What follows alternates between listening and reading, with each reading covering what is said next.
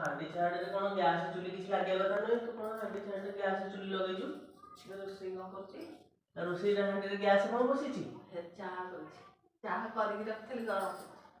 ମାନେ ଆଜି ହାଣ୍ଡି ଛାଡରେ ତୁ ଚାହା 3-4 ଥର କରିକି ପିଇଲୁଣି। ଆମକୁ କହୁଛୁ କିଛି ଖାଇବାକୁ ନାହିଁ, ଆଜି ଉପାସ ରଖିକି ମାରୁଛି ଆମକୁ। ବୋଉ କଣ ଖାଇବାକୁ ଅଛି? ଖାଇବାକୁ ଜଳଖିଆ ପତ୍ର ଖାଇବ ନା ଆଉ। କଣ ଜଳଖିଆ ଅଛି?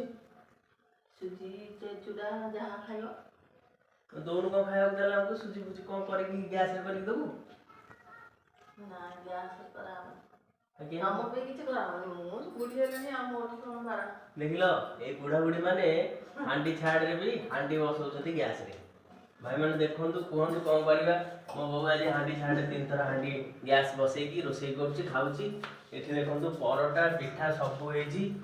ହଁ ଆଜି ହାଣ୍ଡି ଛାଡରେ ମୋ ବୋଉ ଭଲ କି ରୋଷେଇବାସ କରି ଖାଇକି ଯାଉଛି। ଆପଣମାନଙ୍କୁ ଯଦି ଭୋକ ଲାଗୁଛି, ଆପଣ ଘରେ ଖାଇବାକୁ ଦଉନାହାନ୍ତି, ଆସନ୍ତୁ ମୋ ବୋଉ ପାଖକୁ। ପରଟା